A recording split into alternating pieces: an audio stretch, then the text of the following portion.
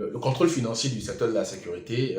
notamment dans les pays sahéliens, est une question majeure. C'est une question qu'il faut promouvoir et sur laquelle DECAF est mobilisé avec l'ensemble de ses partenaires. Et dans ce cadre, la réflexion que nous avons produite déjà met en avant l'état des lieux, c'est-à-dire les initiatives que les institutions supérieures de contrôle, les cours des comptes, le bureau du vérificateur général, les parlements, les inspections, toutes ces institutions-là, ce qu'elles font déjà pour apporter davantage de transparence, davantage de redevabilité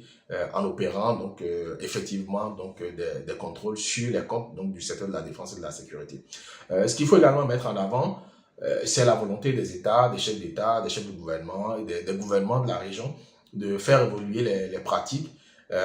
Et on se souvient qu'au sommet de N'Djamena, au sommet du G5 Sahel à N'Djamena en février 2021, les chefs d'État avaient particulièrement mis l'accent dans leur résolution sur la nécessité de faire avancer donc la réforme, la gouvernance du secteur de la sécurité, notamment sur les enjeux liés au contrôle des comptes, à la supervision donc des comptes du secteur de la sécurité. Est-ce que cela montre, c'est que cela représente une réponse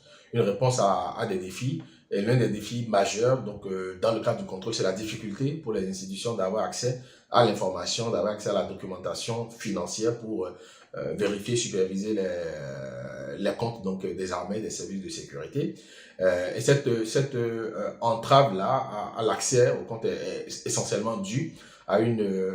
application, on va dire, extensive du secret de la défense nationale. Donc, dans la note, nous avons posé l'état des lieux, nous avons expliqué cette notion, ses contours, sa portée, et nous avons aussi mis en avant le fait que les défis auxquels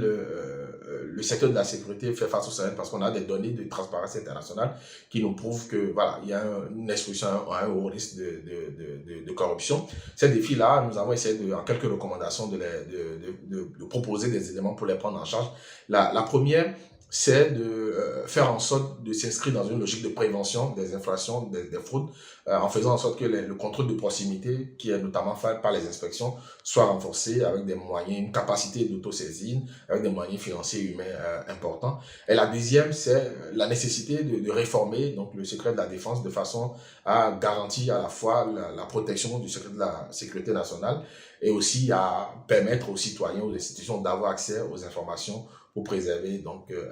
la sécurité et la confiance des citoyens.